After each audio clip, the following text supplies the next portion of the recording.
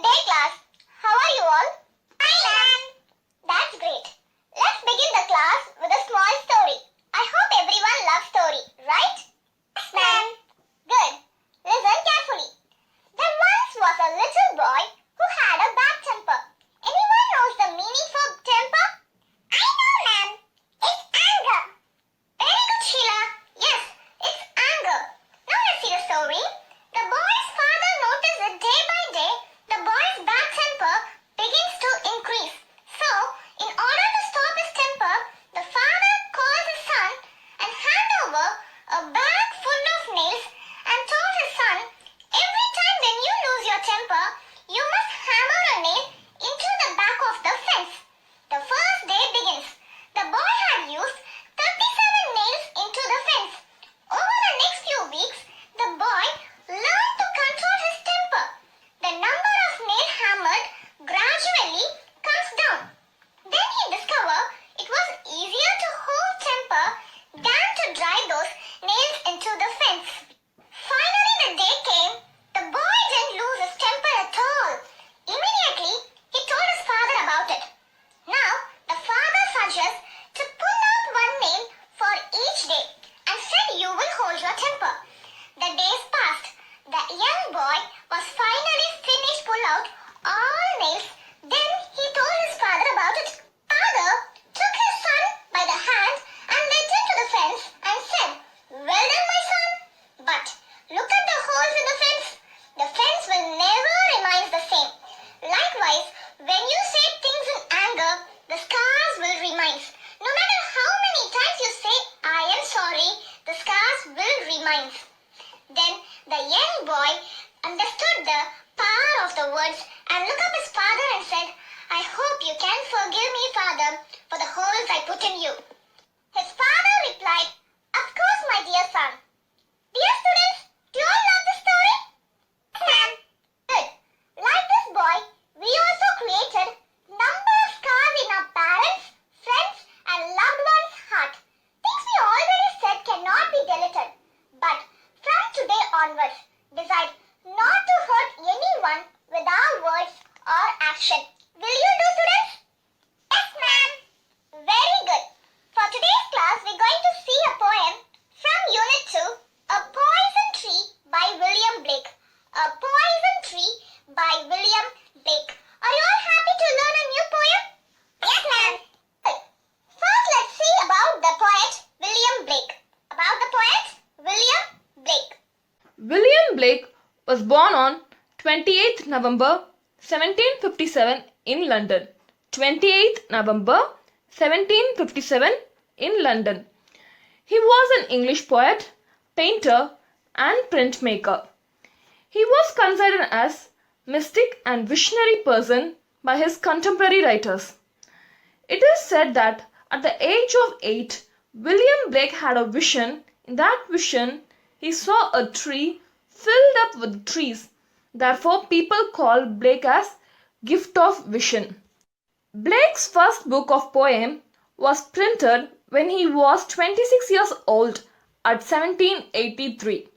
Then, in 1789, he published his book Songs of Innocence. In 1794, he published Songs of Experience. His works brings out the theme of poverty, disease, war, sin, evil. In all of his works, Blake used underlying theme as innocence and experience. Blake mostly deals with religious doctrine. That is, all of his poems has religion sketch. Especially, he brings out Bible theme picture in his poem. Once, he himself declared that all he knew was in the Bible and the prophetic books are centered upon man's fall and the history of the fallen man. The most famous poem of William Blake are The Lamb and the Tiger. The poem Lamb deals with innocence and the poem Tiger deals with experience. Blake was died on 12th August 1827. 12th August 1827. Students, do you all understand about William Blake? Yes, ma'am.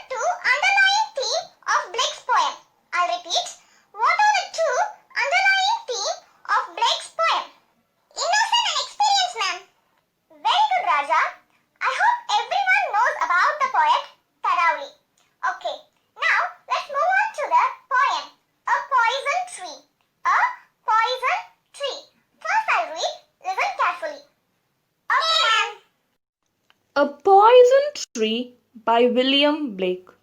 A Poison Tree by William Blake. I was angry with my friend. I told my wrath did end. I was angry with my foe. I told it not, my wrath did grow. And I watered it in fears, night and morning with my tears, and I sunned it with smiles, and with soft deceitful wiles.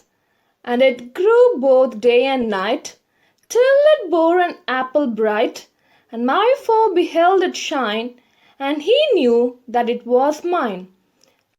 And into my garden stole, when the night has veiled the pole, in the morning glad I see my foe outstretched beneath the tree. Students, do you understand the poem? No, ma'am. Yes, I know. Poetic language are slight hard to understand at first reading. It's okay. First, let me introduce the theme and situation what poet used in this poem. Then you will feel much better to understand in next reading. Okay, let's see. Blake's poem revolves around two major underlying themes. One is experience and another one is innocence. This poem, A Poison Tree, comes under Song of Experience theme. In Song of Innocent, poet talks about childliness and innocent stuff in those poems. For example, he used lamb, angel, child, heaven as an image, that is positive image. But in Songs of Experiences, poet talks about experienced things like sin, mankind, poverty, anger and jealous. Here symbols poet used to highlight are dark, tiger, devil and negative images from Bible, that is negative incidents or negative role placed from Bible. This poem, A Poison Tree, comes under Songs of Experience. Here in this poem, poet used an image of tree, fruit and fall of enemy. He used tree, fruit and fall of enemy. He took the symbol from Bible. I'll tell you the incident in short. There was a woman called Eve who disobeyed God and ate a fruit from a tree, and finally death falls on mankind. Now you can see in this poem, Blake used this Bible incident as content for his poem and bring the moral theme from his experience. Let's see the poem in short. In this poem, A Poison Tree, in first stanza we see poet openly talks about anger and its growth. In second stanza, poet used metaphor to describe speaker's anger as growing into a tree. In third stanza, the speaker says, the angry tree flourished and bears poisonous apple. In final stanza, the speaker friend ate the poisonous apple and died. Let's combine this poem with Bible content. Like Eve disobeyed God, here speaker disobeyed his inner moral conscience and keep on letting his anger to grow and flourish into a tree and led it to bear poisonous apple. Next in Bible incident, finally death falls on mankind due to Eve disobey and ate the fruit. Here in this poem, the speaker's enemy died after eating the poisonous apple. Students, I hope you understood the situation and content of the poem, right? Yes, ma'am. Okay, any one of you briefly tell the theme and situation of the poem. Poet used image of tree, fruit and fall of enemy. And this poem comes under Song of Experience, ma'am. Very good, Sheila. Keep it up. Raja, tell me where Blake took the content for the poem. He took from Bible and combines with his own experience, ma'am. Very good, Raja. Keep it up. Okay, students. Now let's read the poem. Students, join along with me and try to read. A Poison Tree by William Blake. I was angry with my friend. I told my wrath did end. I was angry with my foe. I told it not, my wrath did grow. And I watered it in fears, night and morning with my tears, and I sunned it with smiles, and with soft deceitful wiles. And it grew both day and night, till it bore an apple bright, and my foe beheld it shine, and he knew that it was mine. And into my garden stole, when the night has veiled the pole, in the morning glad I see my foe outstretched beneath the tree. Students, I hope now you understood the poem better than before, right? Yes, ma'am. Good. Poem talks about the speaker's anger, suppression of emotion grows like a tree and bears poison fruit which cause the enemy to die. Okay, students, now let's analyze the poem stanza by stanza which help you to understand the poem in scholarly way. Let's see the first stanza. I was angry with my friend. I told my wrath did end. I was angry with my foe. I told it not, my wrath did grow. Let's see the hard word. Wrath means anger. Foe means enemy. Wrath means anger. Foe means enemy. Now I'll explain. In this stanza we see the speaker is not only expressing his anger towards his friend as well as his enemy, but he describes the variation between two anger. That is, when the speaker is angry with his friend, then later they talk and can easily solve the problem. But when the same anger comes with his enemy, rather than solving the problem, it simply starts to grow. Now let's move on to the next stanza. And I watered it in fears, night and morning with my tears, and I sunned it with smiles and with soft deceitful wills. Now let's see the hard words. The word deceitful means cunning. Wills means tricks. Deceitful means cunning. Wills means trick. Now I will explain. The speaker is making a confession in this stanza. He says the hatred that has grown in his heart for his enemy flourished by nourishing it with water, that is, his own tears. And also the speaker nurtured the hatred with sarcastic smile. He says this sarcastic smile is his cunning trick. Now let's move on to the third stanza.